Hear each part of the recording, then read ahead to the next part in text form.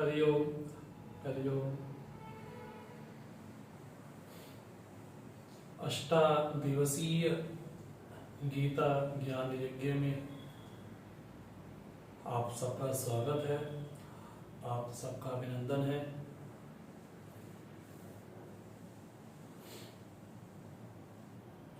आज की प्रवचन श्रृंखला में आज हम प्रवेश करेंगे श्रीमद् भगवद गीता के द्वादश अध्याय में, 12वें अध्याय में। आप सबसे प्रार्थना है कि शीघ्र, अतिशीघ्र उपस्थित हो, ऐसी आपसे प्रार्थना है।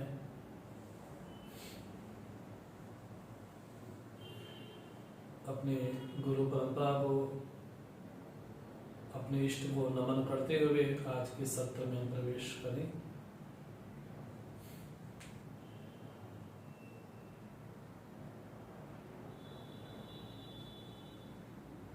ओम सहना भवतु सहनौ भुनक्तु सह वीर्यं कर्वावहै तेजस्विनावधीतमस्तु मा विद्विषावहै। ओम शांति शांति शांति।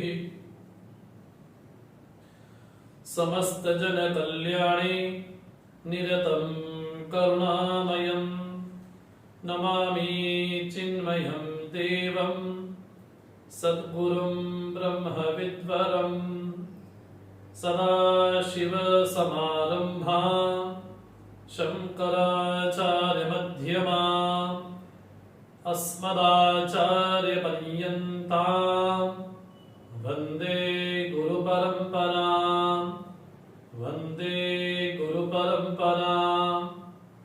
वसुदेवसुतं देवं कंसचाणूरमर्दनं देवकी परमानन्दं कृष्णं वन्दे जगद्गुरुं कृष्णं वन्दे जगद्गुरुं।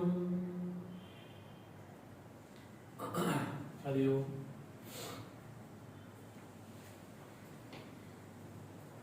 आज हम प्रवेश करते हैं श्रीमद् भगवद गीता के 12वें अध्याय में, द्वादश अध्याय में। इस अध्याय का नाम है भक्ति योग।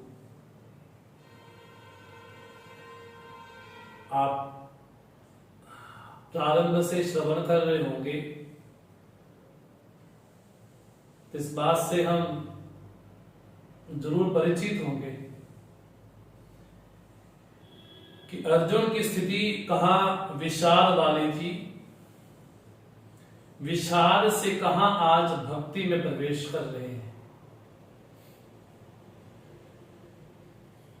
हमने पूर्व अध्याय में देखा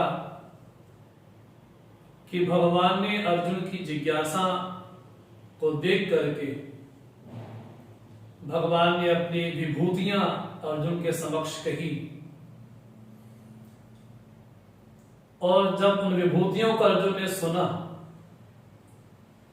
तो अर्जुन के मन में एक सहसा और जिज्ञासा प्रकट होती है कि प्रभु आपने मेरे पे अनुग्रह करते हुए, कृपा करते हुए जो आपने अपने महिमा, अपना महात्म्य, जो भी कुछ बतलाया है, जो विभूति और योग बतलाया है, अब मैं उसको देखना चाहता हूं। तो भगवान ने अर्जुन का अधिकार देखते हुए, अर्जुन की योग्यता देखते हुए भगवान ने अर्जुन को विश्वरूप दर्शन करवाया। जिस विराट रूप में, जिस विश्व रूप में अर्जुन पूरी सृष्टि को समाता हुआ देखता है, और भगवान यहां तक कह लेते हैं निमित्त मात्रम भव, हे सव्यसाची तुम केवल निमित्त बनो, मया हतान पूर्वमेव, वो तो मेरे द्वारा पहले ही मारे जा चुके हैं, तुम अपने में कर्ता भाव मत लेकर के आओ कि मैं मारूंगा, अपितु तुम निमित्त बनो केवल। भगवान जब ये कहते हैं कालोस्मि लोक क्षयकृत प्रवृद्धा, मैं तो लोगों का क्षय करने के लिए साक्षात काल बनकर के उपस्थित हुआ हूं। जब अर्जुन ने भगवान का विराट रूप देखा तो अर्जुन के मन में एक बात स्पष्ट हो गई। क्या? स्थाने ऋषिकेश, हे ऋषिकेश, हे अंतर्यामी परमात्मा, मैं समझता हूं, ये जान चुका हूं, स्थाने सब कुछ अपनी जगह पे सही है। कोई पीड़ित है, दुखी है, संतोषी है, जैसा भी है, स्थाने सब ठीक है। और भगवान ने उस विराट रूप के दर्शन के बारे में कहा कि इस दर्शन को कौन देख सकता है, इस विराट रूप का दर्शन कौन कर सकता है। तो भगवान ने उपाय भी कहा। कौन सा उपाय? तो भगवान ने कहा भक्त्या तुनन्या शक्या अहमेव विधोर्जुन ज्ञातुम द्रष्टुम प्रवेष्टुम च। अनन्य भक्ति के द्वारा इस रूप को देखा जा सकता है, न केवल देखा जा सकता है भी तो जाना जा सकता है, यहां तक इसमें प्रवेश भी किया जा सकता है। तो भगवान ने विराट दर्शन के पीछे जो हेतु बतलाया, जो कारण बतलाया, वो बतलाया अनन्य भक्ति। अनन्य भक्ति अर्थात अन्य आश्रय नाम त्याग, अन्य समस्त आश्रयों का त्याग होना ही अनन्यता है। जगत के हमारे जितने भी संबंध हो, चाहे पदार्थ हो, सभी की एक सीमा है ना, सभी की एक बाउंड्री है। संबंध किसी समय तक काम आ सकते हैं, पदार्थ धन संपत्ति किसी हद तक काम आ सकते हैं, किसी सीमा तक काम आ सकते हैं, लेकिन जितने भी संबंध इत्यादि है सबकी सीमा है, कोई परम आश्रय नहीं है। इसलिए भगवान के अतिरिक्त जीव का हमारा कोई अन्य आश्रय नहीं बन सकता। जब भगवान ने विराट रूप के दर्शन के बारे में अर्जुन से ये कहा कि इसके जो पीछे हेतु है, कारण है, वो मेरी अनन्य भक्ति है। इसलिए भगवान ने गीता के 11वें अध्याय के अंतिम श्लोक में कहा मत कर्मकृत मत परमः मत भक्तः संगवर्जितः निर्वैरः सर्वभूतेषु यः समाम एति पांडव। हे पांडव, समाम एति, वो मुझे प्राप्त करता है। कौन? पहला भगवान ने कहा मत कर्मकृत। भगवान ये कहना चाहते हैं कि भक्ति को और कर्म को अलग अलग ना समझा जाए। कर्म ही भक्ति है। यदि वो पूजा के पुष्प बन जाए, यदि वो समर्पण के पुष्प बन जाए, तो यदि भगवान के लिए वो पुष्प बन जाए तो वो केवल कर्म नहीं रहा, अब वो पुष्प बन गया। इससे भगवान कहते हैं मत कर्मकृत मत परमः, मुझे ही जीवन में चाहो,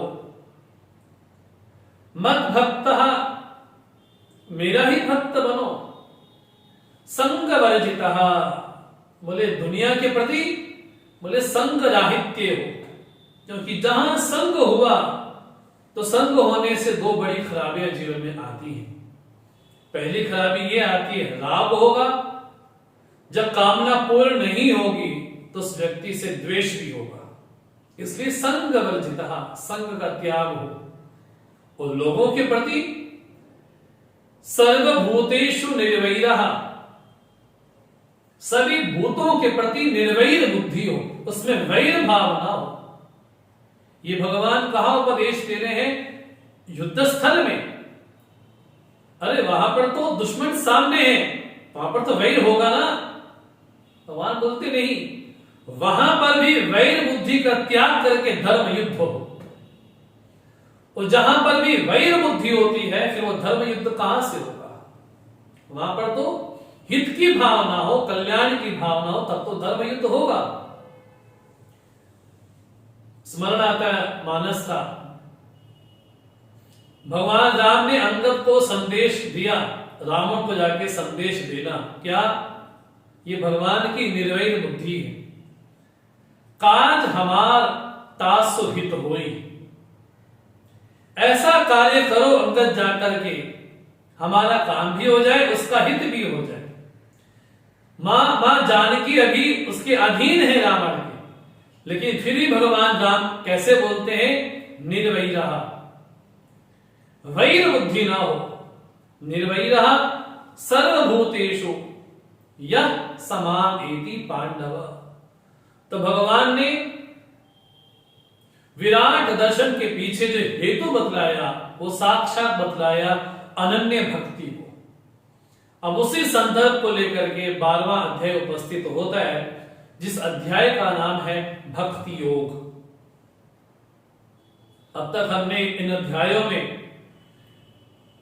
कर्म योग भी देखा है, ध्यान योग भी देखा है, ज्ञान योग भी देखा है,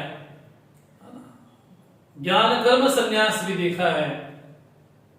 अब भगवान एक नया प्रसंग बोलते हैं, वो भी अर्जुन की जिज्ञासा पे।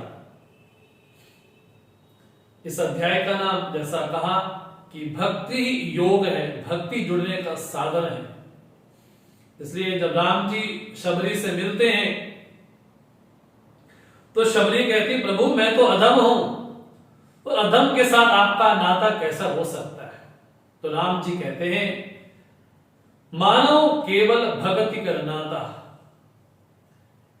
मेरा जीव के साथ अगर कोई नाता बन सकता है तो केवल एक ही नाता बन सकता है। कौन सा? तो कहा मानो केवल भक्ति कर नाता, भक्ति का नाता ही बन सकता है बस, और कोई ईश्वर से जुड़ने का साधन और कोई नहीं, जीव के पास केवल भक्ति ही है। तो हम इस अध्याय में प्रवेश करें। गीता में सबसे संक्षेप वाले जो अध्याय हैं, या तो 12वां अध्याय है या तो 15वां अध्याय है, बड़े संक्षेप वाले, जिसमें कुल 20 श्लोक हैं, और जितना कम कलेवर में है उतना उतना गंभीर भी है। तो अर्जुन ने जब सुना, भगवान की विभूतियों को सुना, 7वें अध्याय में भी सुना, और 7वें से फिर 9वें में सुना, और 9वें के बाद 10वें में भी सुना, भगवान की विभूति और भगवान के योग को सुना। अब तक अर्जुन ज्ञान को भी सुनते आए हैं और भक्ति को भी सुनते आए हैं। अब तक अर्जुन भगवान के योग और विभूति दोनों को सुनते आए हैं। जहां 9वें अध्याय में भगवान ने ये कहा, युमाम अजम अनादिम च वेत्ति लोक महेश्वरम, तो भगवान को अजम अनादि भी जानना, अर्थात योग जानना, भगवान वास्तव में कैसे है। लोक महेश्वर जानना, अर्थात विभूति के सहित, उपाधि के सहित जानना। जब अर्जुन इन वचनों को सुनते हैं, इन वचनों को सुन करके अर्जुन के मन में एक प्रश्न उठता है। अर्जुन कहते हैं 12वें अध्याय में, एवं सतत युक्ता ये भक्ता स्वाम पर्युपासते ये चाप्यक्षरम अव्यक्तम तेषां के योग वित्तमाः। एवं सतत युक्ता त्वाम पर्युपासते भक्ताः, जो नित्य निरंतर, क्यों भगवान ने कहा, 8वां अध्याय में भगवान ने कहा था, अनन्य चेता सुलभाः, जो अनन्य चित्त हो उसके लिए मैं सुलभ हूं। भगवान ने यह भी कहा था, अनन्यास चिंतयन्तो मां ये जना पर्युपासते तेषां नित्याभियुक्तानां योगक्षेमं वहामि। तो अर्जुन के मन में यह आया, ये सतत युक्ताः त्वाम उपासते, त्वाम परिता उपासते, पर्युपासते, एक ऐसे भक्त हैं जो उपाधि के सहित, रूप के सहित आपकी उपासना करते हैं। और ये चाप्यक्षरम अव्यक्तम, और एक ऐसे उपासक भी हैं जो आपको अक्षर और अव्यक्त मानते हैं। ये मान करके आपकी उपासना करते हैं। ध्यान देने वाली बात यह है कि उपासक दो हैं लेकिन उपास्य एक है। कोई लड्डू गोपाल मान करके, कोई ठाकुर जी मान करके उनकी आराधना करता है, कोई पार्थ सारथी मान करके उपासना करता है, कोई द्वारकाधीश मान करके उपासना करता है, कोई वेंकटेश मान करके उपासना करता है, हाँ जी, कोई बांके बिहारी मान करके उपासना करता है, कोई श्रीनाथ जी मान करके उपासना करता है। तो रूप भेद होने से, हाँ जी, नाम भेद कैसा होगा? कोई उस तत्व को अक्षर मानता है, अक्षर मान करके उपासना करता है। अर्थात एक ऐसा साधक है जो परमात्मा को विश्वरूप मान करके उपासना करता है। वो कौन है? बोले सतत उपासते सोपाधिकम उपासते, उपाधि के सहित आपकी उपासना करता है।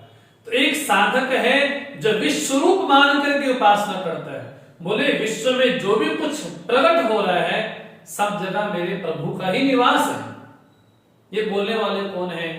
तो तुलसी बाबा। सिया राम में सब जग जानी, करो प्रणाम जो निज कृपानी। तो तुलसी बाबा ये कहते हैं सिया राम में, ये जगत कैसा है? बोले मृणमय नहीं है। जैसे घड़ा होता ना, घड़े में कितनी मिट्टी है? बोले मिट्टी के अलावा कुछ है नहीं, तो क्या मृणमय है। तो वैसे तुलसी बाबा को पूरा जगत क्या दिखाई पड़ता है? सिया राममय। उनको संबंधी दिखाई नहीं पड़ते, तो क्या दिखाई पड़ते हैं? सिया राम दिखाई पड़ते हैं। उनको लोग दिखाई नहीं पड़ते, क्या दिखाई पड़ता है? सिया राम दिखाई पड़ता है। उनको पदार्थ दिखाई नहीं पड़ते, क्या दिखाई पड़ता है? सिया राम दिखाई पड़ता है। तो एक तो ऐसे भक्त हैं जो विश्वरूप की उपासना करते हैं, जिस तरह से रमन महर्षि कहते हैं उपदेश सार में, जगत ईशधि युक्त सेवनम, जगत में ईश्वर बुद्धि रख करके उपासना करते हैं। फिर वो पंचभूत भी बोलते हैं ये भी परमात्मा का ही स्वरूप है, ये मेरे ठाकुर का ही स्वरूप है। फिर वो अलग नहीं मानते, बोले जगत को सिया राममय मानते हैं, गौरी शंकर मानते हैं, राधा रमण मानते हैं। बोले एक तो ये आपके उपासक है जो जगत को विश्वरूप मानते हैं, अर्थात आपको उपाधि के सहित नाम रूप गुण धाम लीला चरित्र वाला सहित आपकी उपासना करते हैं। और एक वही भक्त है जो बिना नाम के बिना रूप के आपकी उपासना करते हैं, माने अरूप की उपासना करते हैं। दोनों अलग हैं? बोले नहीं, दोनों एक ही तत्व हैं। तुलसी बाबा कहते हैं एक अनीह अरूप अनामा, अज सच्चिदानंद परधामा, व्यापक विश्वरूप भगवाना, तेहि धरि देह चरित कृत नाना। बोले वही एक कौन है? परमात्मा को एक क्यों बोलते हैं? बोले एति एका, जो हर जगह गया हुआ है वो एक है। 10 में भी एक है, 5 में भी एक है, 1000 में भी एक है, लाख में भी एक है, करोड़ में भी एक है। जो एक हर जगह गया हुआ है, हर जगह समाया हुआ है, इसलिए परमात्मा को कहते हैं कि वो एक है। अनीह, उसमें इच्छा नहीं है। अरूप, उसका कोई रूप नहीं है। अनामा, उसका कोई नाम नहीं है। अज है, अजन्मा है, सच्चित आनंद रूप है, परम धाम है। लेकिन वही परमात्मा, वही एक, वही अरूप, वही अनाम, वही सच्चिदानंद, वही अजन्मा, तुलसी बाबा कहते हैं ते ही धरि देह, उसी अरूप ने देह धारण किया, उसी अनाम ने नाम धारण किया, उसी अनीह ने इच्छा की। हाँ जी, तो दोनों अलग हैं, दोनों नहीं है, उपास्य एक है। कोई लड्डू गोपाल मान करके उपासना करता है, कोई बांके बिहारी मान करके उपासना करता है, कोई राधा रमन मान करके उपासना करता है, कोई पूरे विश्व को ही परमात्मा में मान करके उपासना करता है। कैसे? तो अर्जुन की टिप्पणी है सतत युक्ता, नित्य निरंतर आपकी ही उपासना करता है, माने उसका उठना बैठना खाना पीना सब कुछ आपको ही समर्पित है। एक वो उपासक है। दूसरा उपासक कौन है? अक्षरम अव्यक्तम उपासते। एक वही उपासक है जो उसी तत्व को उसी नाम को अनाम मान करके उपासना करता है, उसी रूप को अरूप मान करके उपासना करता है, अर्थात अक्षर और अव्यक्त मान करके उपासना करता है। तो अर्जुन कहते हैं तेषां के योग वित्तमाहा, उन दोनों के बीच में योग को अर्थात साधन को उपाय को भली भांति अच्छी तरह से समझता कौन है। यहां पर यह प्रश्न कदापि नहीं किया गया कि सगुण भक्ति करने वाला श्रेष्ठ है या निर्गुण भक्ति करने वाला श्रेष्ठ है। ये जो अपने मत को खींचने वाले लोग होते हैं ना, मत मतांतर वाले, जिनको भगवान की वाणी से मतलब नहीं है, जिनको भगवान की विवक्षा से मतलब नहीं है, जिनको अपने मत से ही मतलब है, वो जानबूझ करके खींच कर इसका अर्थ करते हैं कि अर्जुन ने यह पूछा प्रभु ये बताएं कि सगुण भक्ति करने वाला श्रेष्ठ है या निर्गुण भक्ति करने वाला श्रेष्ठ है। जबकि भगवान ने क्या कहा, अर्जुन ने क्या पूछते हैं, तेषां के योग वित्तमाहा, उन दोनों में से योग के विषय में अर्थात साधन के विषय में उपाय के विषय में सबसे अच्छी समझ किसकी है। यह अर्जुन ने प्रश्न नहीं किया कि सगुण भक्ति करने वाला श्रेष्ठ है कि निर्गुण भक्ति करने वाला श्रेष्ठ है। श्रेष्ठ कनिष्ठ की बात यहां पर नहीं है, भक्ति केवल भक्ति है। मानस तो यहां तक बोल देती है ज्ञाने भक्ति नहीं कछु भेदा, उभय हरि भव संभव खेदा। बोले ज्ञान में भक्ति में कोई भेद नहीं है। हमने तो अपने मत को पुष्ट करने के लिए उस श्लोक की विवक्षा को ही बदल दिया। जबकि अर्जुन क्या पूछना चाहते हैं, दोनों में सगुण अर्थात सोपाधिक निरुपाधिक भक्ति करने वालों में से दोनों में से योग के विषय में, हाँ जी, साधन के विषय में किसकी समझ उचित है, श्रेष्ठ है या अच्छी है, कि अर्जुन ने ये प्रश्न भगवान के समक्ष किया। अब भगवान ने अर्जुन का उत्तर नहीं दिया, बड़ी हैरानी की वाली बात है। भगवान ने अर्जुन के द्वारा पूछे हुए का उत्तर नहीं दिया।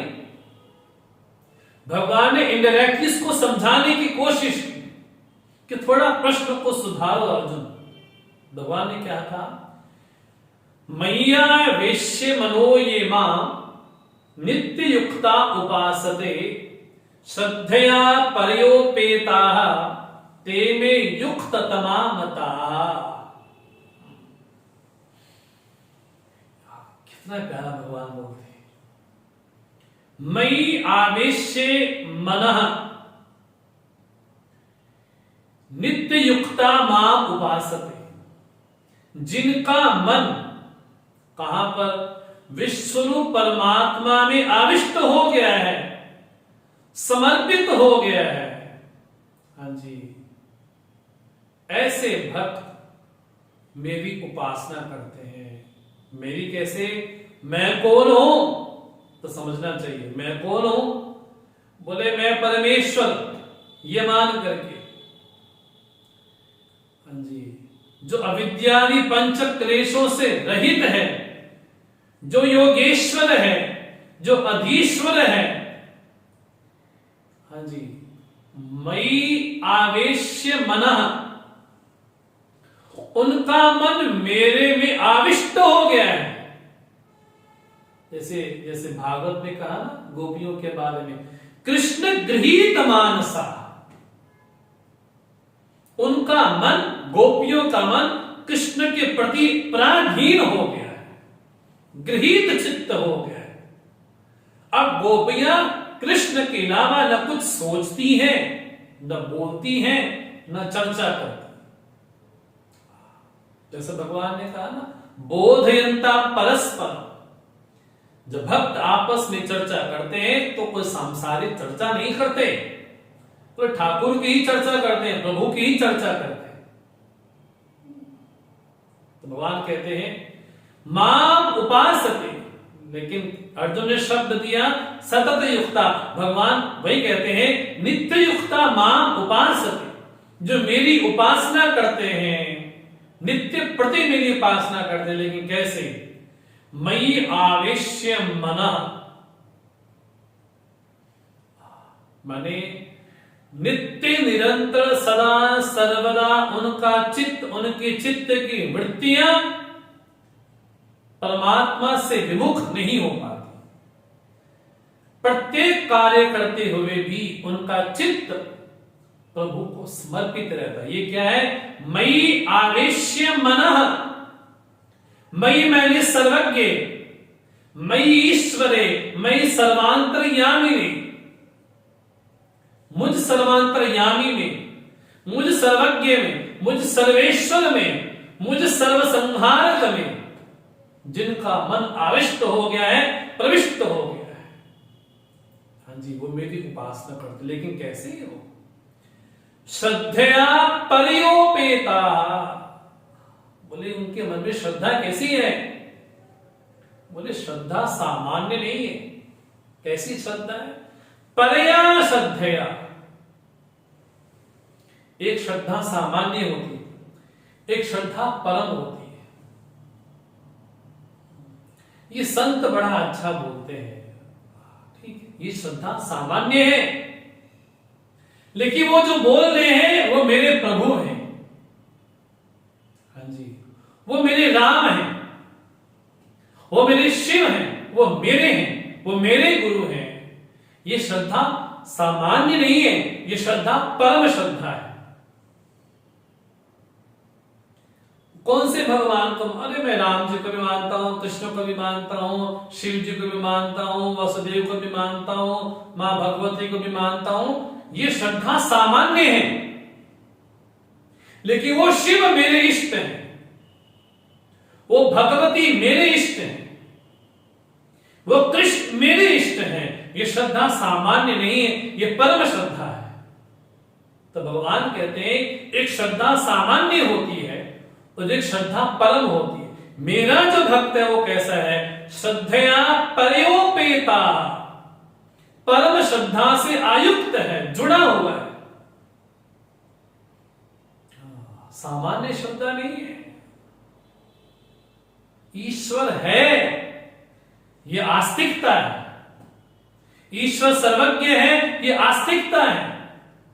बोले कि वो सर्वज्ञ मेरा इष्ट है, मेरा प्रभु है, ये भक्ति है। तो भगवान जब ये कहते हैं श्रद्धया पर्योपेता, परम श्रद्धा से आयुक्त है, हाँ जी, अब वो ये नहीं कहता कि मैं सभी भगवान को मानता हूं, वो ये कहता है कि राम मेरे इष्ट है, ये परम श्रद्धा है। तो भगवान हमसे एक मांग करते हैं कि श्रद्धा सामान्य हो तो अच्छी बात है, क्योंकि भगवान भी चौथे अध्याय में बोल करके आए श्रद्धावान लभते ज्ञानम, जो श्रद्धावान है, हाँ जी, श्रद्धावान क्या? श्रद्धत्ते श्रद्धा। और प्रसंगानुसार कहा जाए तो लोग कहते हैं कि विश्वास अलग चीज है, जिसपे विश्वास होता है उस पर श्रद्धा नहीं होती, और जहां श्रद्धा वहां विश्वास नहीं होता, जबकि दोनों एक दूसरे के पूरक हैं।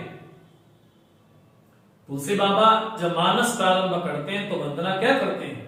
भवानी शंकरो वंदे श्रद्धा विश्वास रूपिणो। भवानी, हाँ जी, शंकर को नमन करता हूं। कैसे? दो, एक श्रद्धा स्वरूपणी है और एक विश्वास स्वरूप है। विश्वास के पास 3-3 नेत्र हैं। लोग क्या बोल देते हैं, बड़ा समाज में शब्द घड़ा गया, अंधविश्वास। अरे विश्वास के तो 3-3 नेत्र हैं। विश्वास कभी अंधा नहीं होता। विश्वास वास्तव में है क्या? बोले शिव ही विश्वास है।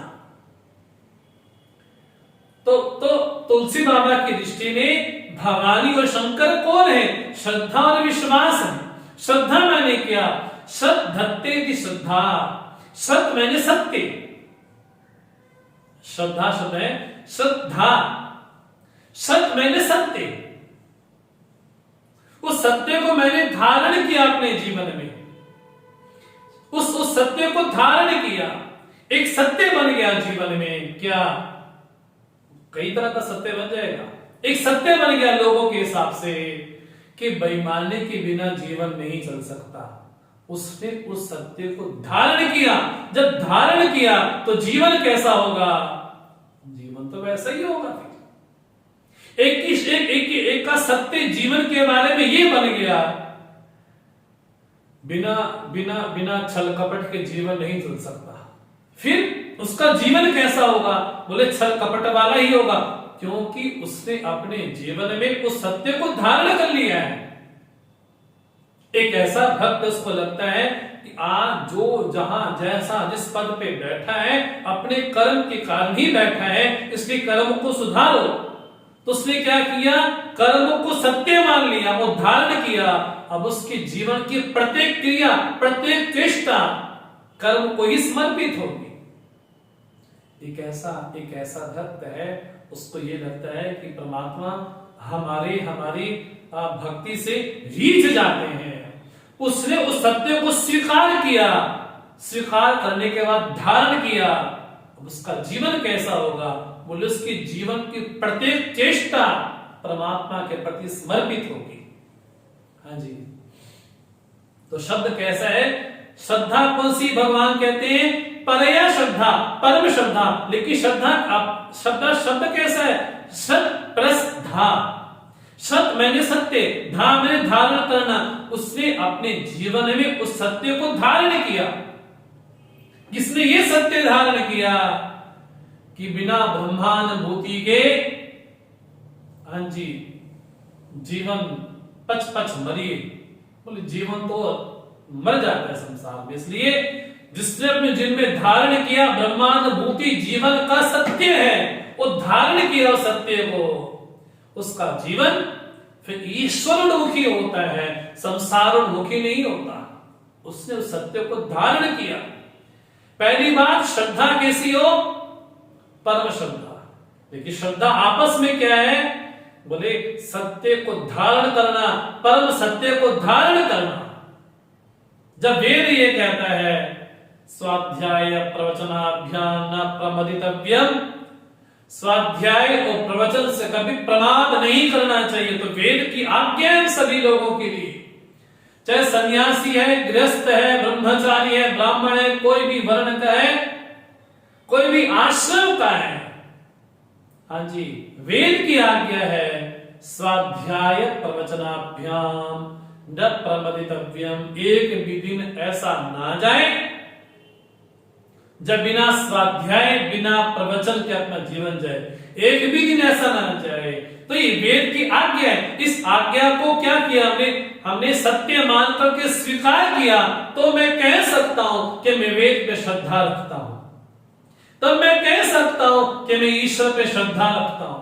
तब मैं कह सकता हूं कि मैं गुरु पे श्रद्धा रखता हूं। मैंने उनके वाक्यों को सत्य मान करके धारण किया है, इसलिए मैं कह सकता हूं कि मैं श्रद्धालु हूं।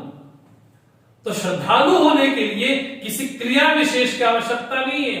उसकी प्रत्येक क्रिया ही भक्ति होगी, उसकी प्रत्येक चेष्टा ही, हाँ जी, आराधना होगी। यही तो आराधना है, यही तो भक्ति। तो भगवान ने कहा मयि आवेश्य मनो ये मां नित्य युक्ता उपासते श्रद्धया परिवोपेताः ते मे युक्ततमा मताः। हे अर्जुन, मेरे मत में वो युक्ततम है, अर्थात साधन के विषय में उसकी समझ ठीक है। अर्जुन ने पूछा था तेषाम के योग वित्तमा, तो भगवान ने कहा मैं बताहा ते युक्ततमा के कौन, तो भगवान ने कहा ये मयि आवेश्य मनः नित्य युक्ता माम उपासते श्रद्धया परयोपेता ते में युक्ततमा मताहा, वो युक्ततम है। अब जो उसको अक्षर मान करके अरूप मान करके उपासना करते हैं, वो किस रूप में भगवान की उपासना करते हैं, तो भगवान कहते हैं वो मेरी किस रूप में उपासना करते हैं। आगे भगवान बड़ा प्यारा श्लोक कहने वाले, हमारे समस्त संशयों का उच्छेद भगवान करने वाले। चौथे श्लोक में भगवान यही कहेंगे, लेकिन तीसरे श्लोक में भगवान कहते हैं ये तो अक्षरम अनिर्देश्यम अव्यक्तम पर्युपासते सर्वत्रगम अचिंत्यम च कूटस्थम अचलम ध्रुवम माम उपासते, उपासना मेरी ही हो रही है, लेकिन जो निरुपाधिक स्वरूप का चिंतन करते हैं वो कैसे करते हैं, तो भगवान ने कहा अक्षरम, मुझे अक्षर मान करके उपासना करते हैं। अक्षर मैंने नक्षरती किया, जिसका कभी क्षरण नहीं होता, जिसका कभी नाश नहीं होता, तो वास्तव में देखा जाए सृष्टि में ऐसा कोई तत्व नहीं जिसका अक्षर नहीं होता।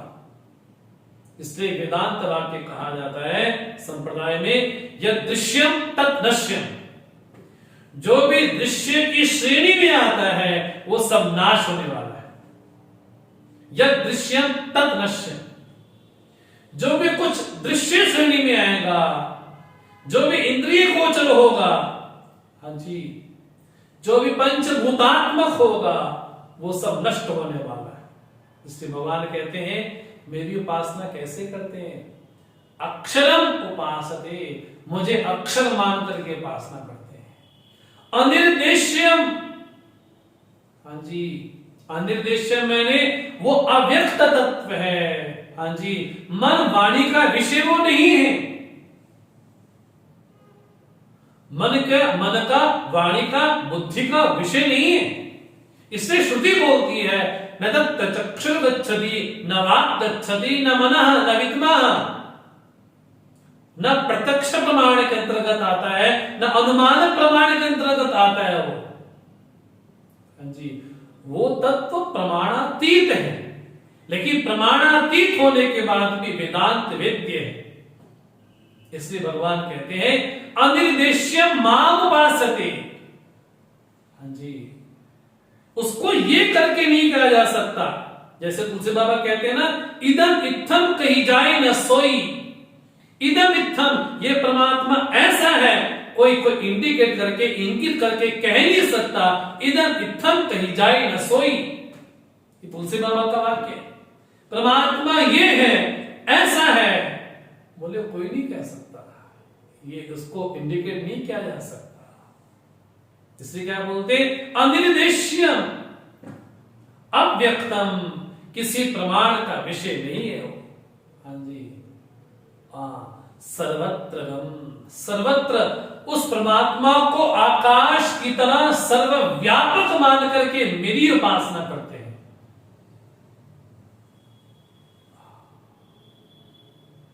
अचिंत्य,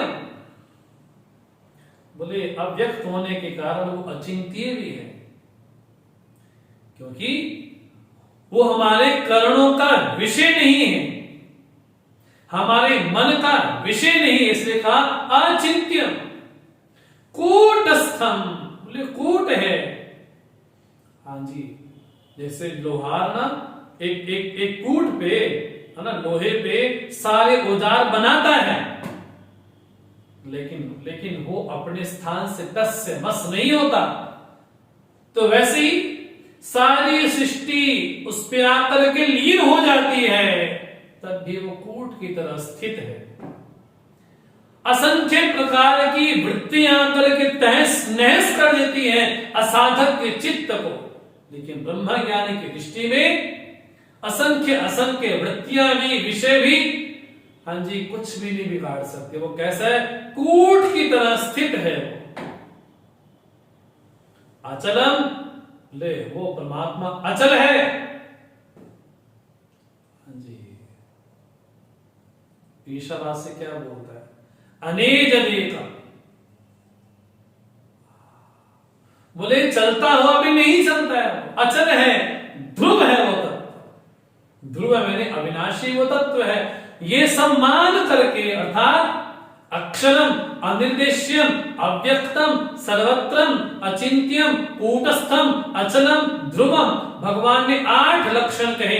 इन 8 लक्षणों के द्वारा उपासना मेरी हो रही है। परि उपासते, मेरी उपासना हो रही है। उपासना मैंने क्या?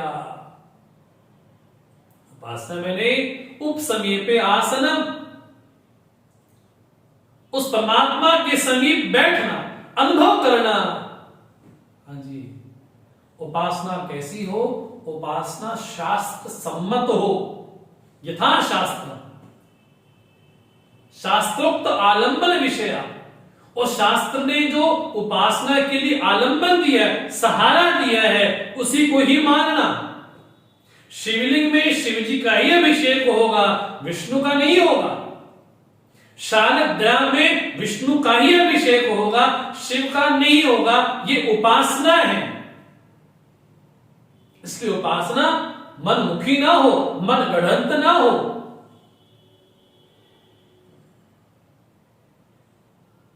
गुरु जी स्वामी सुबोधन जी तो यहां तक क्या देते हैं, बोले कर्तव्य निष्ठा तो भक्ति का आभूषण है। इसलिए भगवान कहते हैं ये उपासना मेरी ही कर रहे हैं।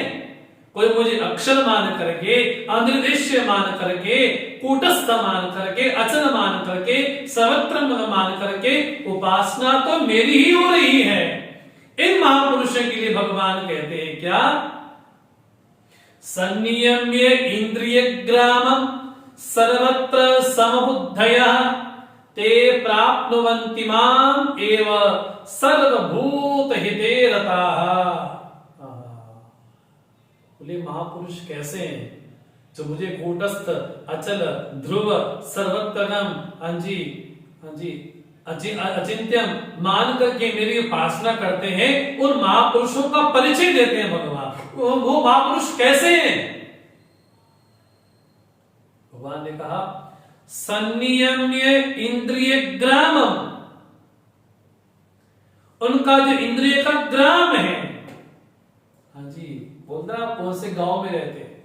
बोले भी इंद्रिय में गांव ही है। भगवान कहते इंद्रिय ग्रामम यम्य, बोले नहीं, नियम्य नहीं, संनियम्य।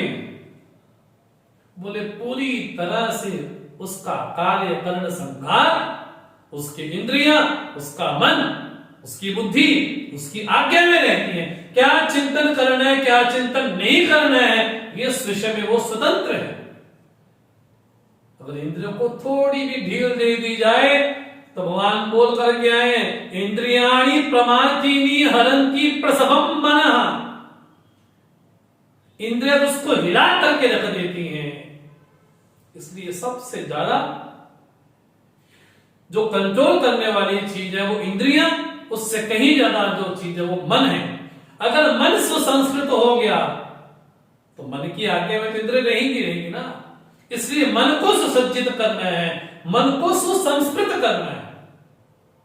इसलिए भगवान कहते हैं संनियम्य इंद्रिय ग्राम, जिनका इंद्रिय रूपी गांव संयमित है, और सर्वत्र समबुद्धया, जी सभी लोगों के प्रति उसमें क्या बुद्धि है? समता की बुद्धि है। माने वो परोपकार वाला जीवन जीता है, सम है। सर्वत्र समबुद्धया, जीवन में भयानक से भयानक कष्ट भी क्यों ना आ जाए, ऐसा महापुरुष अपनी अपनी अवस्था से विचलित नहीं होता। इसलिए भगवान गीता में बोल करके पहले आए 2 अध्याय में, यम ही ना व्यथयन्ते ते पुरुषम पुरुषर्षभ, जी जिसको व्यथित नहीं करते, जिसकी बुद्धि समस्त पदार्थों के प्रति, समस्त संबंधों के प्रति कैसी है? सम हो गई है, समता का जीवन अपनाता है। गीता के श्लोकों को डोलना चाहिए चारों ओर। जब भगवान पांचवें अध्याय में बोल करके आए, सम कौन है? बोले मेरे अलावा और कोई सम नहीं है। निर्दोषम ही समम ब्रह्म तस्मात् ब्रह्मणि ते स्थिताः।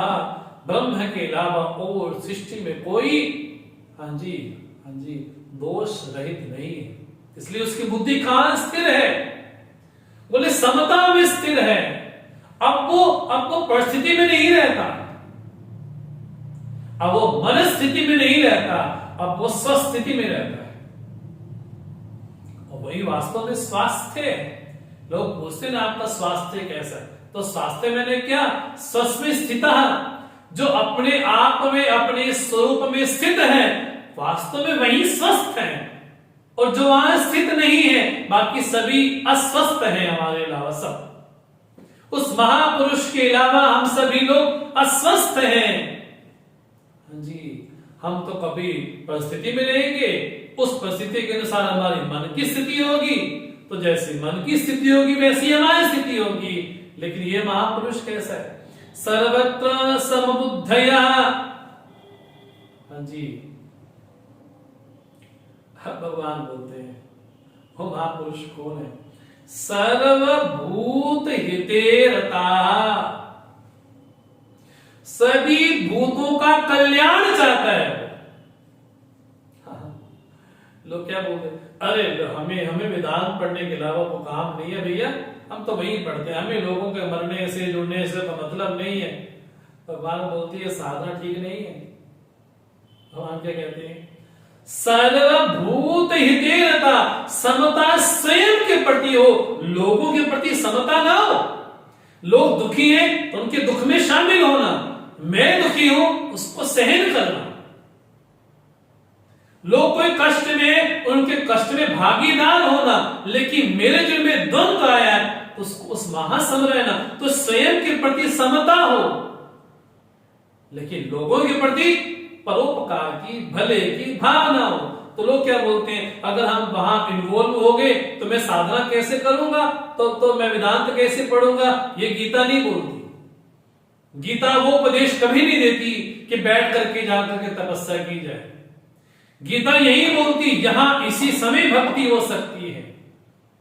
हाँ जी, गीता की दृष्टि तो बड़ी न्यारी है।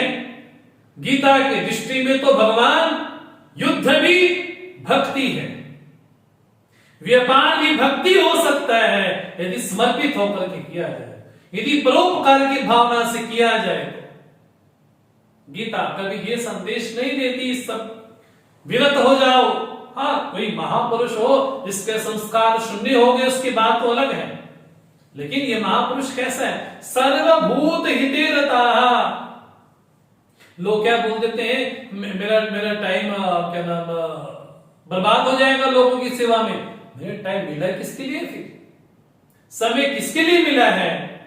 बोले लोगों के दुखों का निवारण हो। हाँ जी, लोग कष्ट में हैं, उनके कष्टों का निवारण हो। जब कभी किस दूसरे का कष्ट देखते हैं तो अपना कष्ट भूल जाता है, अपना दुख छोटा लगता है। उल्टा ये लगता है इसके सामने मेरा दुख तो कुछ भी नहीं है। ऐसे कई प्राणी हैं जिनको छत नसीब नहीं है, जिनको रात का भोजन नसीब नहीं है। बोले ऐसे लोगों की सेवा, ये भी तो वेदांत है, ये भी तो भक्ति है। बोले नहीं, भक्ति मैंने बोले राम राम राम राम हरे कृष्ण हरे राम, वो भक्ति है, बाकी ये भक्ति नहीं है। बोले वो नहीं है, वो तो कर्म है, कि भगवान की दृष्टि में वो भी नहीं है। भगवान तो उनको ये बनाना चाहते हैं कि जीते जी मुक्त हो। मरने के बाद किसने मुक्ति देखी? यही इसी समय ही तो भगवान ने कहा सर्वभूत हितेरता, सभी प्राणियों के प्रति उसके मन में भावना कैसी है? तो तुलसी बाबा तो यहां तक बोल देते हैं संत हृदय नवनीत समाना। बोले मक्खन के समान, फिर भी उनकी उपमा खटानी पड़ी। बोले मक्खन तो किसी अग्नि के कारण वो द्रवित होगा ना। बोले संत तो हमेशा द्रवित ही रहते हैं। ये तो नारद जी का स्वभाव है, इस सब पे कृपा करते रहते हैं। ये तो संतों का स्वभाव है। इसलिए भागवत में भगवान कपिल बोलते हैं मां देवहूति को, मां वास्तव में संत साधु कौन है? तितिक्षवः कारुणिकः सुहृदा सर्वदेहिनाम अजात शत्रवा।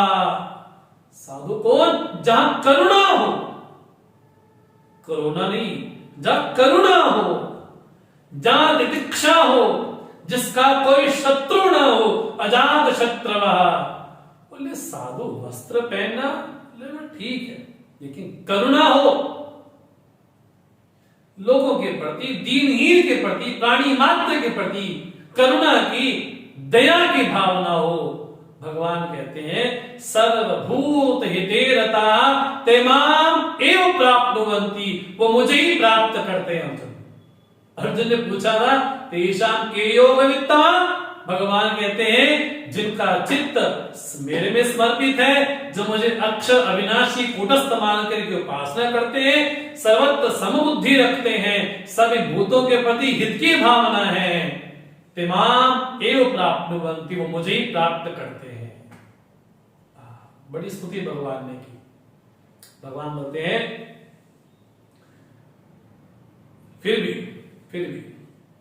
क्लेशोऽधिकतरस्तेषाम् अव्यक्तासक्त चेतसाम् अव्यक्ता ही गतिर्दुःखम् देहवद्भिरवाप्यते। अर्जुन क्लेश अधिकतरः तेषाम् अव्यक्तासक्त चेतसाम्, जिनका चित्त अव्यक्त में आसक्त है वो कैसा महापुरुष होगा? वो कैसा महापुरुष होगा? अव्यक्त में अर्थात अरूप में, अनाम में, कूटस्थ में, ध्रुवम में, अचलम में, सर्वत्र में, अक्षर में जिसका चित्त वहां पर आसक्त होगा, उस महापुरुष का हृदय कैसा होगा? नमन ऐसे महापुरुष को, प्रणाम है, बिना उपाधि के उस परमात्मा का चिंतन कर रहे हो। हाँ जी, बिना रूप के उस परमात्मा का चिंतन कर रहा है, बिना नाम के उस परमात्मा का चिंतन कर रहा है। हाँ जी, बिना विषय के उस परमात्मा का चिंतन कर रहा है। हमको लगता है सुख तब होगा जब भोग होगा, लेकिन उस महापुरुष के पास तो कोई भोग नहीं, लेकिन फिर भी स्थित है अपने स्वरूप में। कहां? अव्यक्त में उसका चित्त आसक्त है। कितनी बड़ी स्टेटमेंट भगवान ने, कितनी बड़ी बात। उसका चित्त जगह में, संबंधों में आसक्त नहीं, कहां है? अव्यक्त में आसक्त है। वहां पर भी क्लेश है, कष्ट है। वहां पर कौन सा कष्ट होता है? अव्यक्ता ही गति दुखम देहवद्भिरवाप्यते। जैसे जैसे देहाभिमान घटेगा वैसा वैसा अव्यक्त के प्रति आसक्ति बढ़ेगी। जैसे जैसे अव्यक्त के प्रति आसक्ति बढ़ेगी वैसे वैसे देहाभिमान घटेगा। भगवान कहते हैं क्लेश भक्ति में भी होगा, क्लेश सोपाधिक भक्ति में भी होगा, वहां भी होगा, लेकिन वहां थोड़ा ज्यादा है, अधिक तरह। जब जीवन में असुरक्षा की भावना लगे, कल क्या होगा क्या होगा क्या होगा पता नहीं, जब असुरक्षा की भावना लगे तब देहाभिमान जागता है। इसलिए विषयासक्ति देहासक्ति है। उसको लगता है कि मैं ही नहीं रहूंगा तो क्या होगा। अब अव्यक्त में सबसे बड़ा दुख क्या है? अव्यक्त में सबसे बड़ा दुख यही है कि व्यक्ति जब ध्यान अवस्था में गंभीर जाता है, जब सब कुछ सिमट जाने को तैयार हो जाता है, तो उसको ये लगता है अगर मैं ही नहीं रहूंगा तो क्या होगा। तो वहां पर बड़ा भयभीत हो जाता है। हल्का किंचित मात्र, लेश मात्र अभी देहाभिमान है वहां पर, इसलिए भगवान कहते हैं वहां पर थोड़ा सा क्लेश होगा ही। इसलिए अब भगवान एक क्रम बतलाते हैं उपासना का, मुक्त होने का, मुक्त करने का और स्वरूप की प्राप्ति का भगवान साधन गिनाते हैं। क्या? ये तो सर्वाणि कर्माणि मयि सन्न्यस्य मत्पराः अनन्येनैव योगेन मां ध्यायन्त उपासते। हाँ जी, ये तो सर्वाणि कर्माणि मयि सन्न्यस्य, समस्त कर्मों को मुझे समर्पित कर देता है। हाँ जी, समस्त कर्मों को। कितने कर्मों को? भगवान थोड़े थोड़े कर सकते हैं, ज्यादा तो कर नहीं सकते हैं, कंजूस हैं। बोले नहीं, सर्वाणि कर्माणि, ये भक्ति है। नहीं, भक्ति मैंने क्या? बोले माला पकड़ना भक्ति है, पोछा लगाना भक्ति है। क्या समस्त कर्म अर्पण करना भक्ति नहीं है? वो भी भक्ति है। इसलिए भक्ति में क्रिया विशेष की आवश्यकता नहीं है। हम जहां हैं, जैसे हैं, वहीं पर भक्त बन सकते हैं। इसलिए भगवान कहते हैं मयि सर्वाणि कर्माणि सन्न्यस्य, समस्त कर्मों को मेरे प्रति समर्पित करता है। और मत्पराः, बोले मुझे चाहता है। अनन्येनैव योगेन, हाँ जी, कौन सा योग? बोले अनन्य भाव से। मां ध्यायन्त उपासते, बोले मेरी ही उपासना अर्थात मेरा ही चिंतन कर रहा है। ऐसे लोगों के प्रति भगवान कहते हैं, ऐसे लोगों के प्रति जो समस्त कर्म मुझे अर्पण करते हैं, मुझे श्रेष्ठ मानते हैं, हाँ जी, मेरी इस तरह से मेरी उपासना करते हैं, चिंतन करते हैं, उन लोगों के लिए भगवान कहते हैं तेषाम अहम समुद्धर्ता मृत्यु संसार सागरात् भवामि नचिरात् पार्थ मय्या वेशित चेतसाम्। अहम समुद्धर्ता तेषाम, मैं उन लोगों का उद्धार करता हूं। कहां से प्रभु? कहां से? मृत्यु संसार सागरात्। बोले सारे सभी लोग कहां पड़े हैं? बोले मृत्यु रूपी सागर में पड़े हैं।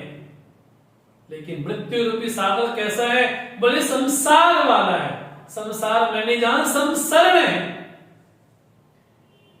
एक परिस्थिति को छोड़ करके दूसरी परिस्थिति में जाना, ये संसरण है। एक भाव को छोड़ करके दूसरे भाव में जाना, ये संसरण है।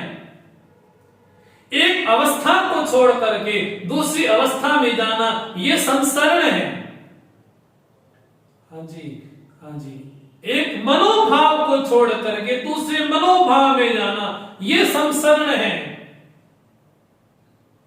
और हम तो सुबह से लेकर शाम तक, जब से पैदा हुए तब से संसरण ही कर रहे हैं। संसरण को ही संसार कहा। भगवान कहते हैं तुम कहां पड़े हो?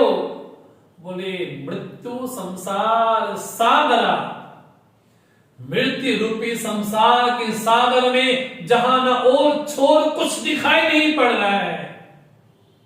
कैसा है सागर? बड़ा भयंकर सागर है। कृति महो दधौ, रमण महर्षि कहते हैं, बोले कर्म का महासागर है, जहां दूर दूर तक कोई किनारा दिखाई नहीं पड़ रहा है। भगवान कहते हैं अहम समुद्धर्ता, उनका उद्धार मैं करता हूं। उद्धरती, भगवान क्या बोलते? थोड़ा उसको प्रेशर देते हैं, उठो। तो भगवान उद्धार कैसे करते हैं? बोले बाहर से भी, भीतर से भी। बाहर से संतों का सानिध्य प्राप्त होना, महापुरुषों का सानिध्य प्राप्त होना, सद्गुरु का मिलना, ये भगवान का उद्धार है। सत्संग का प्राप्त होना, ये भगवान का उद्धार है। अगर हम गीता श्रवण कर रहे हैं, गीता पढ़ रहे हैं, तो समझना चाहिए कि भगवान हमारा उद्धार कर रहे हैं। अब इस समय भी नहीं, स्वामी जी इसके अलावा भी तो काम होता है ना। अरे भैया, हमारा भगवान उद्धार कर रहे हैं, और इससे बड़ा इंपॉर्टेंट कोई काम हो सकता है क्या? धन्य है। भगवान बोलते हैं जिसका उद्धार हो गया। किनका उद्धार?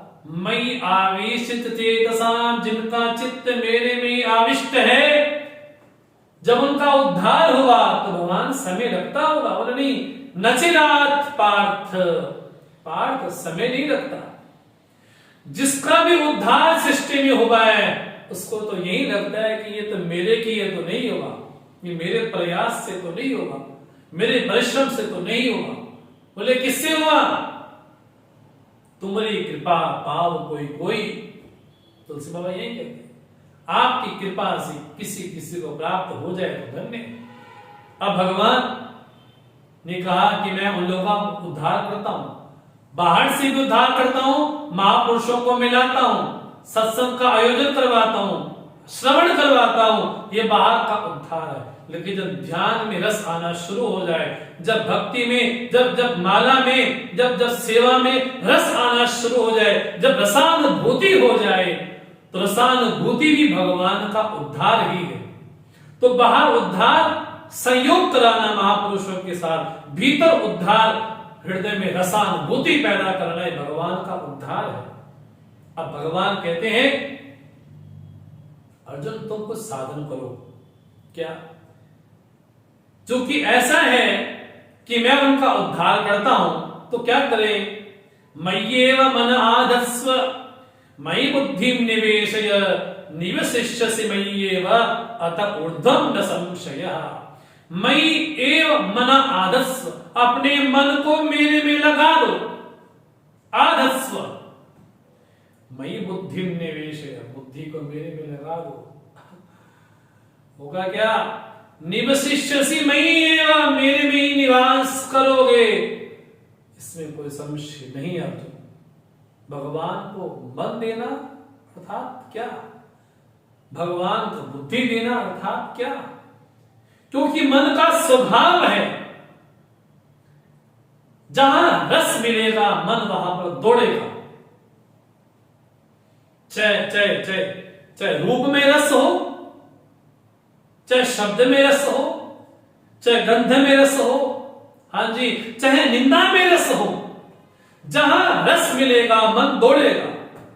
तो मन का स्वभाव है, चाहे उसको विषया रस मिले, चाहे ब्रह्मा रस मिले, जहां रस मिलेगा वहां दौड़ेगा, वो स्वभाव है। मन देना, हाँ जी, अर्थात भगवान के प्रति आसक्ति कर लेना। और बुद्धि निवेशेगा, बुद्धि बिना चिंतन के रह नहीं सकती। बुद्धि प्रति क्षण कोई ना कोई कुछ ना कुछ सोचती रहती है, चिंतन करती रहती है। तो भगवान कहते हैं बुद्धि में चिंतन किसका हो? मेरा हो। मन मेरे में लगाए, अर्थात आसक्ति मेरे में करो। भगवान जब मन ही दे दिया, बुद्धि दे दी, तो मेरे पास बचा ही क्या फिर? बोले यही तो क्या है, मन देना अर्थात आसक्ति मेरे में करना, बुद्धि देना अर्थात चिंतन मेरा ही करना। जब ऐसा होगा तो मय्येव निवसिष्यसि, मेरे में ही निवास करोगे, इसमें संशय नहीं। अर्जुन, अब अर्जुन ने कहा प्रभु मैं बैठता तो हूं ध्यान में, ऐसा नहीं कि नहीं बैठता हूं, मैं जाप भी करता हूं, मैं भक्ति भी करता हूं, लेकिन क्या होता है प्रभु? स्थिर नहीं रहता। भगवान क्या बोलते हैं? अत चित्तम समाधातुम न शक्नोषि मयि स्थिरम अभ्यास योगेन ततः माम इच्छाप्तुम धनंजय। हे धनंजय, जब अर्जुन ने भगवान से मन ही मन कहा प्रभु मैं ध्यानाभ्यास तो करता हूं लेकिन स्थिर नहीं रह पाता हूं, तो भगवान ने कहा अत चित्तम समाधातुम न शक्नोषि, प्रयास करते हो लेकिन स्थिर नहीं रह पाते, टिक नहीं पाते हो, वहां पर ज्यादा समय तक स्थिर नहीं रह पाते हो। बोले हाँ बस मैं ये बात आपसे कहना चाहता था प्रभु, मैं करता तो हूं लेकिन स्थिर नहीं रह पाता हूं, तो मैं क्या करूं? भगवान ने कहा एक उपाय करो। क्या? अभ्यास योगेन ततः माम इच्छाप्तुम धनंजय। हे धनंजय, मुझे चाहो, हाँ जी, भगवान सामने खड़े हैं, लेकिन भगवान क्या बोल रहे हैं? हे अर्जुन, मुझे चाहो, मेरे से प्रेम करो, मुझे चाहो। काश कभी हम भगवान से बोल पाए आई मिस यू। काश। क्या बोलते हैं? मां, आप तुम इच्छा, मुझे प्राप्त करने की इच्छा मन में पैदा करो और अभ्यास करो। अभ्यास मैंने बोले चित्त को किसी एक विषय में बार बार समर्पित करना, समर्पित करना, समर्पित करना, समर्पित करना, यह अभ्यास है। भगवान कहते अभ्यास भी करो, लेकिन मुझे चाहो, चाहने के साथ मुझे अभ्यास भी करो। न केवल अभ्यास करो, अभी तो मुझे चाहो। मां, आप तुम इच्छा, प्राप्त तुम इच्छा, अर्थात वर्ण करो मेरा, मुझे चाहो। जैसे नचिकेता ने कहा, जब यमराज ने इसके सामने बहुत सारे विषय रख दिए, नचिकेता क्या बोलते हैं? वस्तु में वर्णीयस एव। ये क्या है?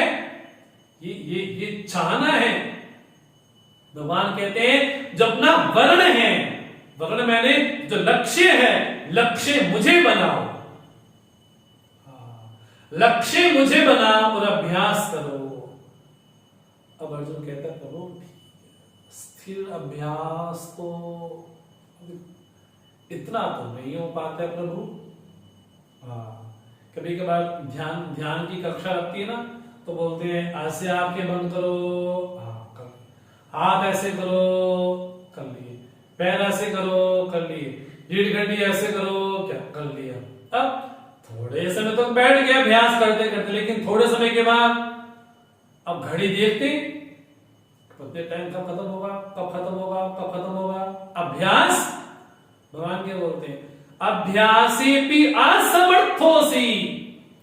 यदि अभ्यास भी नहीं कर सकते तो मत कर्म परमो भव, कर्म मेरे लिए करो। मदर्थम अभी कर्माणि कुर्वन् सिद्धिमवाप्स्यसि। बोले यदि अभ्यास भी नहीं कर सकते तो क्या करो? बोले रज के कर्म करो। ये बढ़िया भगवान, ये बढ़िया है।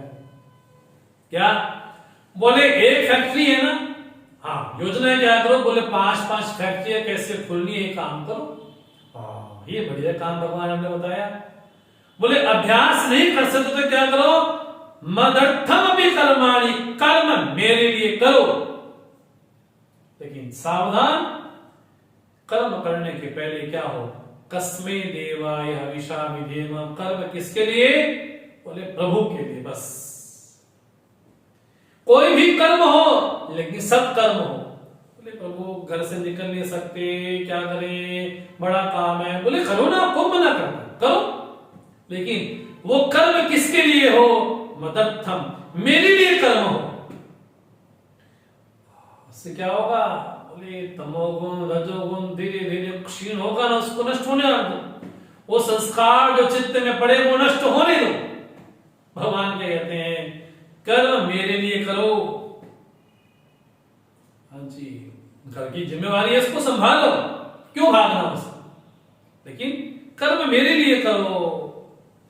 अब अर्जुन कहते हैं मन ही मन प्रभु, कुछ कर्म ऐसे भी होते हैं जो आपको समर्पित नहीं हो सकते। कुछ कर्म ऐसे भी होते हैं जो प्रभु हमको कुछ ना कुछ तो बीच में मिक्स करना ही पड़ता है, तो कर्म तो आपको समर्पित हो नहीं सकते। तो अब तो मैं साधक बन नहीं पाऊंगा। बोले नहीं, अथ एतद् अपि अशक्तोसि कर्तुम् मद्योगमाश्रिताः सर्व कर्म फलत्यागं ततः कुरु यथात्मवान्। भगवान कहते हैं यदि अभ्यास भी नहीं कर सकते तो क्या? कर्म मेरे लिए करो। यदि ये भी नहीं कर सकते तो क्या करें? सर्व कर्म फल त्यागम, समस्त कर्मों के फलों का त्याग कर दो। फल का त्याग मतलब भगवान महीने भर हमने जॉब की और जब सैलरी का समय आया तो हमने कहा कि बॉस को हमको सैलरी नहीं चाहिए। क्यों? क्योंकि भगवान ने कहा है सर्व कर्म फल त्यागम, सभी कर्म फलों का त्याग कर दो। बोले किसान ने बड़ी मेहनत से फसल बनाई, उपज की, अब बोले इसको फल का त्याग कर दो। बोले ये नहीं, पहली बात, कर्म फल का त्याग कोई नहीं कर सकता। प्रारब्धम तो भुज्यताम, प्रारब्ध तो भोगना पड़ता है। कर्म फल का त्याग कोई नहीं कर सकता। हाँ जी, कोई नहीं कर सकता। फल तो भोगना पड़ता है। अवश्य में भोक्तव्यम कृतम कर्म शुभाशुभम, फल तो भोगना पड़ता है, शुभ हो अशुभ हो। फिर फल त्याग मतलब क्या? फल त्याग अर्थात फल में फल बुद्धि ना हो, फल में प्रसाद बुद्धि हो। हाँ जी, फिर वो गुरुवाणी का स्मरण आएगा, तेरा भाणा मीठा लागे। भगवान जो आपने दिया है प्रभु बड़ी कृपा करके दिया है बस। फिर वो साधक बोलेगा, तेरे कवन कवन गुण गाइए। प्रभु आपके बारे में क्या क्या कहें, आपके गुणों के बारे में क्या क्या कहें। आपने जो दिया है मेरे सामर्थ्य से, मेरी औकात से बढ़ करके दिया है। फिर वह भक्त तो दिन रात आपका ही चिंतन करेगा। इसलिए भगवान कहते हैं, श्रेयो ही ज्ञानम अभ्यासात् ज्ञानात् ध्यानम विशिष्यते, ध्यानात् कर्म फल त्यागा, त्यागात् शांति अनंतरम। अब अर्जुन के मन में ये ना आ जाए कि जो सबसे निकृष्ट कर्म था, जो ये नहीं कर सकते तो ये करो, हाँ जी, ये नहीं कर सकते तो ये करो, मतलब जो किसी काम का नहीं था वो मुझे बोल दिया। अरे मैं तो राजा हूं, मैं तो राजा का बेटा हूं। हाँ जी, तो श्रेष्ठ को तो श्रेष्ठ वस्तु देनी पड़ती है ना। तो भगवान क्या बोलते हैं, ज्ञानात् ध्यानात्, क्या जी, उससे श्रेष्ठ क्या है? ध्यानात् कर्म फल त्यागा, ध्यान से भी श्रेष्ठ क्या है? कर्म फल का त्याग। क्योंकि संन्यास में भी त्याग है। हाँ जी, और यहां पर भी त्याग है। वो त्याग से होगा क्या? त्यागा शांति, बोले त्याग से ही शांति होगी जीवन में। हाँ जी, सन्यासी भी त्याग करता है, भक्त भी त्याग करता है, वो समस्त कामनाओं का त्याग करता है। और वो बोले समस्त कर्मों का फल परमात्मा की कृपा से मुझे प्रसाद स्वरूप मिला है, वो फल का त्याग कर देता है। क्या स्वीकार करता है? बोले प्रसाद मान करके स्वीकार करता है। तो वहां पर भी त्याग है और यहां पर भी त्याग है। इसलिए वेद बोलता है, त्यागेन एके अमृतत्वमानशुः, केवल त्याग के द्वारा ही अमृतत्व की प्राप्ति होती है। अब ऐसा जिसको प्राप्त हो गया है, ऐसे भक्त के लक्षण भगवान बोलते हैं। भक्त कैसे होंगे? जिसको ऐसी स्थिति प्राप्त हो गई, तो भगवान बोलते हैं, अद्विष्टा सर्वभूतां मैत्र करुण एव च निर्ममो निरहंकारः समदुःख सुखक्षमी। बोले एक तो महापुरुष है, एक भक्त है, एक जो उसके लिए आदर्श है। तो सभी भूतों के प्रति उसके मन में द्वेष भाव नहीं है। हाँ जी, वो कौन है? वो महापुरुष। तो पहला जो लक्षण महापुरुष पे, जितने भी लक्षण यहां पर कहे हैं वो तीन तरह से देखने चाहिए। पहला लक्षण ज्ञानी पे, दूसरा लक्षण जब भी अभी साधना कर रहा है, भक्ति कर रहा है, तीसरा जिसके लिए वो आदर्श है। तो हमारे ग्रंथों में, हाँ जी, महापुरुषों के, भक्तों के जो लक्षण कहे जाते हैं वो हमारे लिए साधना है और उनके लक्षण है। बस उनका लक्षण ये है, सर्वभूतानां अद्वेष्टा, प्राणी मात्र के प्रति उसके मन में द्वेष भाव नहीं है। वो द्वेष कब होगा? जहां परायापन होगा। जहां परायापन आया नहीं वहां पर द्वेष जरूर होगा। मैत्रः सर्वभूतानां, प्राणी मात्र के प्रति मैत्र भाव हो, मित्रता भाव हो, मैत्री भाव हो। करुण एवं, तो उसके मन में करुणा हो, दया विशेष हो, दुखी को देकर के उसमें में दया भाव हो। निर्ममः निरहंकारः, बोले ज्ञानी तो वहां तो लक्षण घट जाएगा, लेकिन जो साधक है, हाँ जी, उसके लिए ममता, बोले ममता तो प्रभु के विषय में हो, बस अहंकार प्रभु के विषय में हो। सम दुख सुख, दुख सुख में सम हो, तो क्षमी क्षमावान हो, प्रतिशोध की वृत्ति ना हो। बदले की भावना ना हो। तो भगवान यहां पर भक्तों के लक्षण बतला रहे हैं। हाँ जी, जो साधक होगा ना, जिस तरह से हमारी आंख में कुछ आ जाए ना, तो हमारी आंख कैसी विचलित सो जाती है, उसको हटाओ, उसको हटाओ, हटाओ, हटाओ। बोले वैसे भक्त के हृदय में, चित्त में जैसे विकार आया, वो तड़पने लग जाता है कि मेरे चित्त में ऐसा विकार क्यों आया, इसको बाहर निकालो, बाहर निकालो। तो साधक के लिए वो आदर्श है, लेकिन भक्त का वो लक्षण है। इसलिए भगवान कहते हैं संतुष्टः सततम योगी यतात्मा दृढ़ निश्चयः मयि अर्पित मनो बुद्धि यो मद भक्ता समे प्रियः। जो संतुष्ट हो, हाँ जी, पर्याप्त हो। प्रभु आपने जो दिया ना, बड़ा शुक्र है, तो बड़ा शुक्र है आपका, बहुत बहुत शुक्र, बड़ा शुक्र है आपका। दृढ़ निश्चयः और मयि अर्पित मनोबुद्धि, जिसने मन बुद्धि मुझे अर्पित कर दिया था, आसक्ति भी मेरे से करता है और चिंतन भी मेरा ही करता है, इसका बोलते हैं मन बुद्धि। यो मन भक्ता, हाँ जी, समे प्रिय। तो भगवान के हृदय में स्थान पाने का हेतु है भक्ति। ऐसा जो मेरा भक्त है समे प्रिय, वो मुझे प्रिय है। भगवान कहते हैं यस्मात् नो द्विजते लोका लोका नो द्विजते चया हर्षामर्ष भयोद्वेगैहि मुक्तो या सचमे प्रिय। जिससे लोग उद्विग्न नहीं होते। बड़ी अजीब सी बात भगवान कहती है, जिसके व्यवहार से, जिसके रहने से लोग उद्विग्न, लोग व्याकुल नहीं होते। और हाँ जी, लोकानो द्विजते चया, और लोगों के व्यवहार से वो भी व्याकुल नहीं होता। बड़े अजीब से बात बोली भगवान ने, मेरे व्यवहार से पड़ोसी को कष्ट ना हो।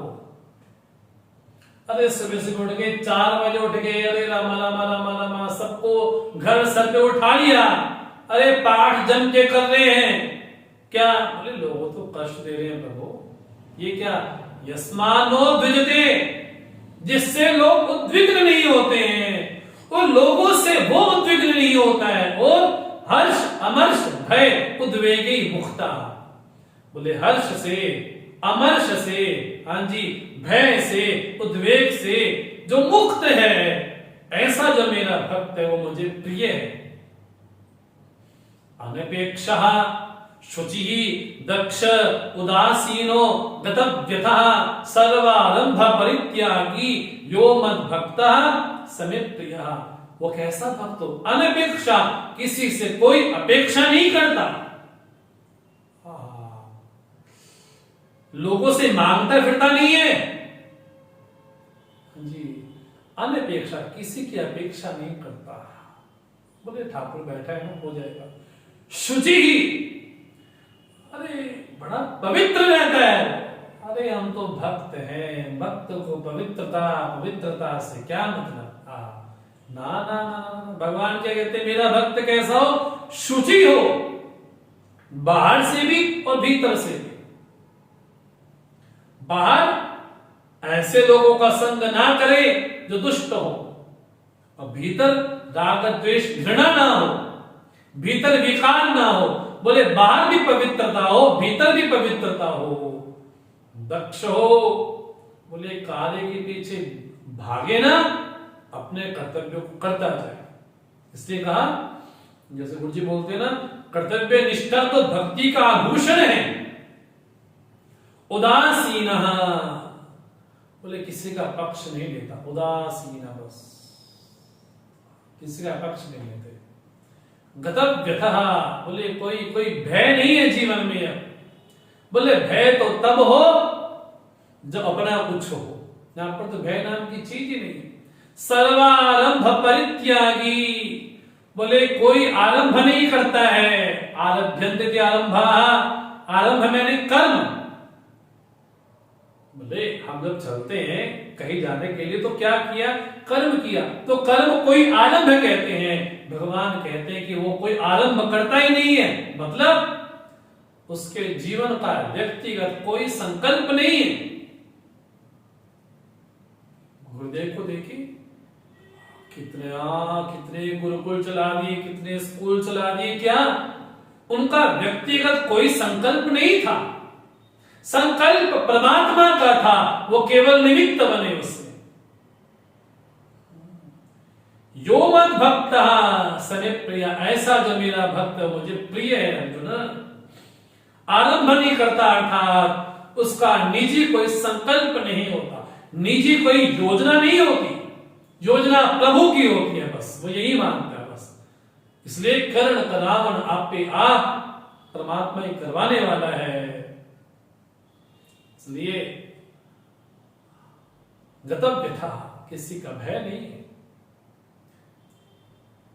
जब राम जी सुग्रीव से मिले ना, राम जी ने क्या कहा? सखा सोच सब त्यागों बल मेरे, सब विधि भटन काज में तोरे, मेरे सहारे सोच को, शोक को, भय को त्याग दो, तुम्हारा कार्य मैं करूंगा। ये भगवान की ओर से आश्वासन है भक्त को। इससे भगवान कहते यो मत भक्ता समे प्रिय, वो मुझे प्रिय है। यो न हृष्यति न द्वेष्टि न शोचति न कांक्षति शुभा शुभ परित्यागी भक्तिमान यह समे प्रिय। भगवान क्या बोलते हैं? न हर्षित होता है, न द्वेष करता है, न शोक करता है, न किसी का आकांक्षा करता है, शुभ अशुभ का परित्यागी है। भगवान क्या पत्थर है वो? बोले नहीं, पत्थर नहीं है वो, बड़ा संवेदना है वहां पर। भगवान कहते हैं इसका मतलब है कि वो परिस्थिति में निवास नहीं करता, वो मेरे में निवास करता है। और जो मेरे में निवास करेगा, तो जो मेरे में निवास करने से क्या होगा? न हृष्यति न द्वेष्टि न शोचति न कांक्षति और शुभा शुभ परित्यागी।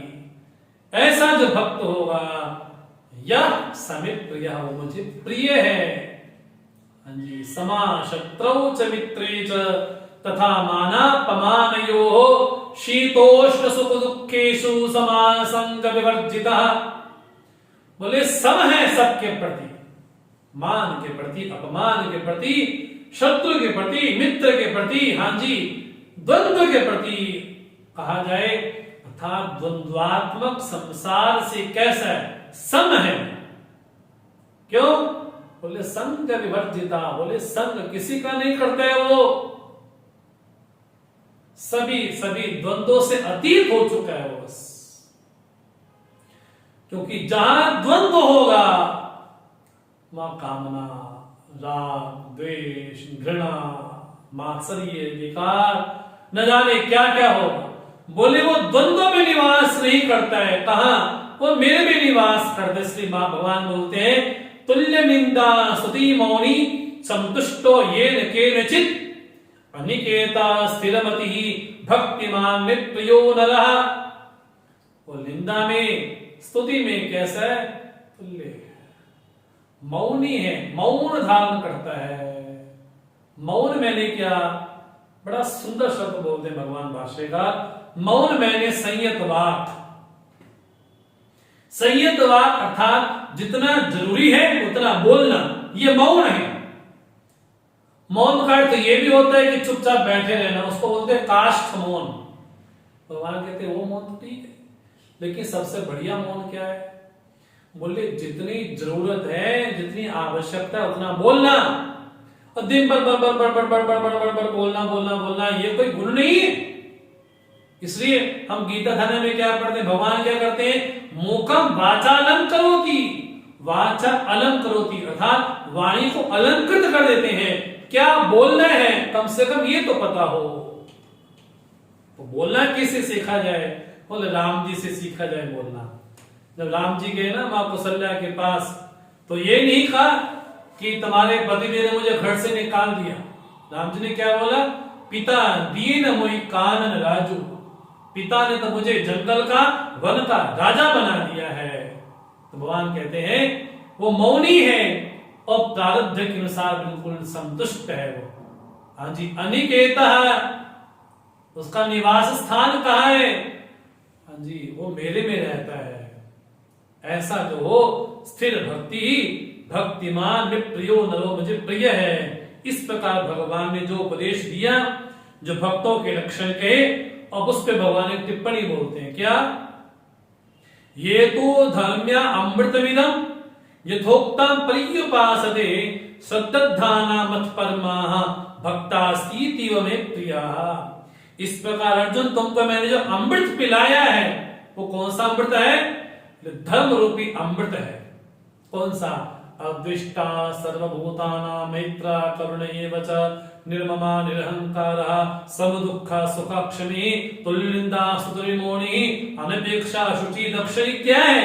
भगवान बोलते धर्म अमृत है। इसकी जो उपासना करता है और श्रद्धा पूर्वक करता है और मुझे श्रेष्ठ मानता है, मत परमा, ऐसा जो भक्त है मैं अतीव प्रिय हूं, मुझे अत्यंत प्रिय है। जो इन लक्षणों का अनुष्ठान अपने जीवन में करता है तो भक्त मुझे अतीव प्रिय है।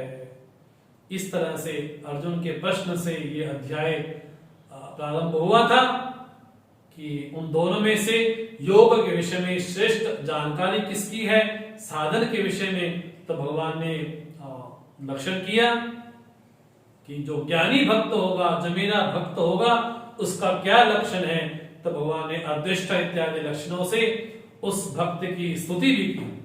इस तरह से आकर के अध्याय यहाँ पर आकर के समाप्त होता है, भक्ति योग। तो हमने बड़ी विहंगम दृष्टि से इस अध्याय को देखने का प्रयास किया है, तो भगवान कहते हैं अब समापन करें इसका। ओम तत्सत इति श्रीमद् भगवद गीतासु उपनिषत्सु ब्रह्म विद्यायाम योग शास्त्रे श्री कृष्णार्जुन संवादे भक्ति योगो नाम द्वादशोऽध्यायः। आपने बड़े ध्यान से एकाग्रता से सुना, उसके लिए आपका धन्यवाद, साधुवाद। ओम सर्वे भवन्तु सुखिनः, सर्वे सन्तु निरामयाः, सर्वे भद्राणि पश्यन्तु, मा कश्चित् दुःखभाग् भवेत्। असतो मा सद्गमय, तमसो मा ज्योतिर्गमय, मृत्युर्मामृतं गमय। ओम पूर्णमदः पूर्णमिदं पूर्णात् पूर्णमुदच्यते पूर्णस्य पूर्णमादाय पूर्णमेवावशिष्यते। ओम शांति शांति शांति। हरि ओम। श्री गुरुभ्यो नमः। हरि ओम।